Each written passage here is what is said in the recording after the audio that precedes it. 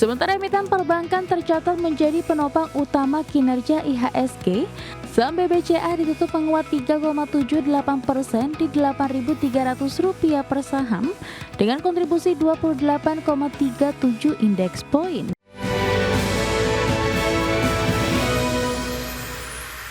Ya, sementara itu pemirsa indeks harga saham gabungan atau IHSG akhirnya ditutup melemah di level 8.600-an di perdagangan hari Senin. IHSG terbebani pelemahan dalam saham konglomerasi di tengah rebound signifikan saham perbankan Big Caps. Indeks harga saham gabungan ditutup melemah 0,13% di level 8.649,66 di perdagangan Senin. IHSG secara intraday cenderung bergerak fluktuatif usai koreksi ke level 8.622,985 dan sempat menguat ke level 8.720,683. Indeks sektoral dengan kenaikan terbesar sektor kesehatan melaju 3,5%, sektor keuangan naik 2,2%, dan sektor barang konsumen non-cyclical menguat 0,5%. Indeks sektoral dengan pelemahan terdalam sektor energi turun dalam 3,45%, sektor infrastruktur koreksi 1,94%, dan sektor barang baku melemah 1,4%. Emiten grup konglomerat tercatat menjadi pemberat utama kinerja IHSG. Adapun beban terbesar atas gerak IHSG, saham DSSA melemah 5,08% di level 100.850 per saham dan berkontribusi atas pelemahan 19,86 indeks poin. Saham BRMS ditutup melemah 8,54% di level Rp1.125 per saham, beban IHSG di 12,79 poin. Saham TLKM ditutup melemah 2,29% di level Rp3.470 per saham, beratkan IHSG di 8,74 indeks poin.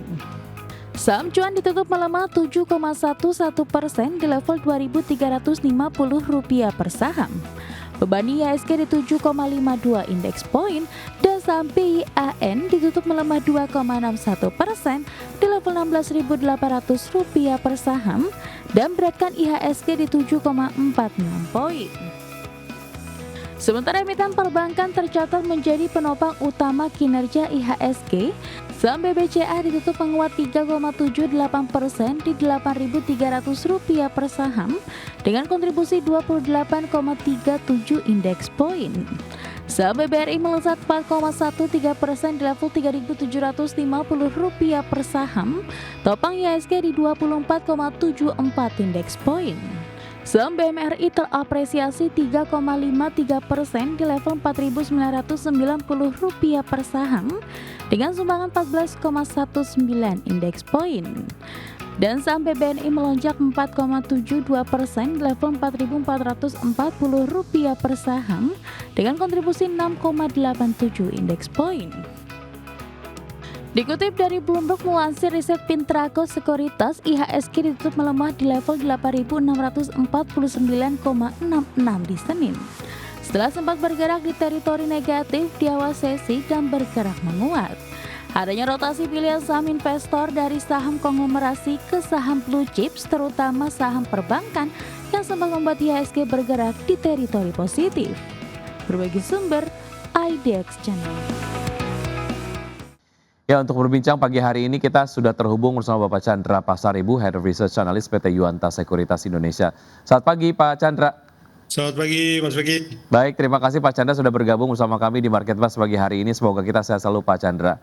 Amin. Baik, Pak Chandra, kalau kita bicara mengenai koreksi dari IHSG, walaupun memang saham perbankan sebagian besar ini kemudian menguat ataupun perbankan big cap saya menguat, apa yang Anda dapat analisa? Apakah koreksi yang kemudian kemarin terjadi semakin menjauhkan optimisme terkait dengan IHSG bisa tembus level 9.000 di akhir tahun? Udah tanggal 16 nih Pak.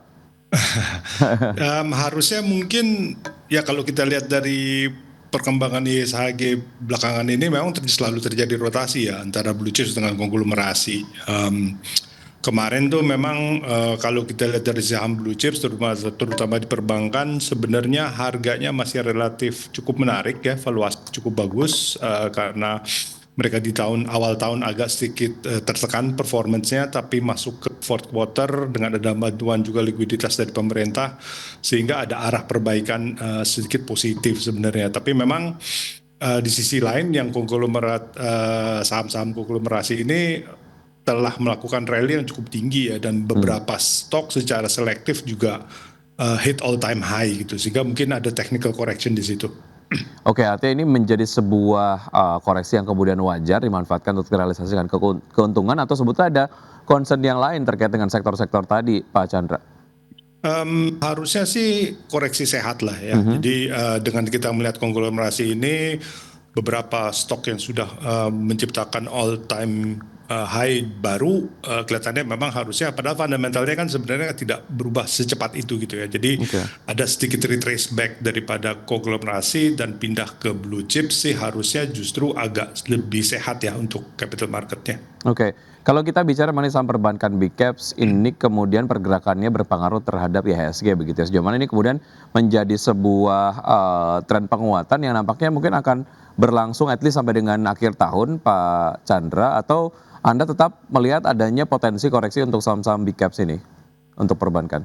Untuk perbankan sebenarnya harusnya trennya agak positif ya. Dan perbankan sektor itu sendiri kan mungkin kontribusi terhadap IHSG sekitar 20-30% ya. Jadi apapun pergerakan di harga perbankan akan tercermin cukup signifikan di kenaikan indeks besar.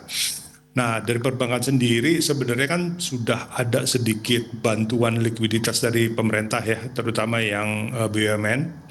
Ada 200 triliun disuntikin masuk, sejauh ini juga membantu untuk penyaluran kredit daripada BUMN ini. Dan kita lihat di awal-awal bulan Oktober November itu memang udah terjadi adanya kenaikan pertumbuhan kredit ya, sehingga akhirnya mungkin momentum positif ini bisa sampai dengan akhir tahun. Oke, kemungkinan terjadinya window dressing ini menjadi hal yang mengakselerate pencapaian ataupun optimisme terkait dengan IHSG bisa mencapai 9.000 di akhir tahun, atau seperti apa Pak Chandra? Window dressing seperti biasa ya, itu kan akan didorong dengan adanya likuiditas. Kalau kita lihat liquidity market sampai sejauh ini relatif tinggi sebenarnya ya. Jadi kita bisa lihat beberapa hari belakangan mungkin bisa hampir 20 triliun per hari. Ya, kita normally biasanya sekitar 15-16 mungkin di awal-awal tahun. Sekarang kita lihat ada pergerakan liquidity, dan ini biasanya mendukung kenaikan saham sih ya, atau indeks secara umum.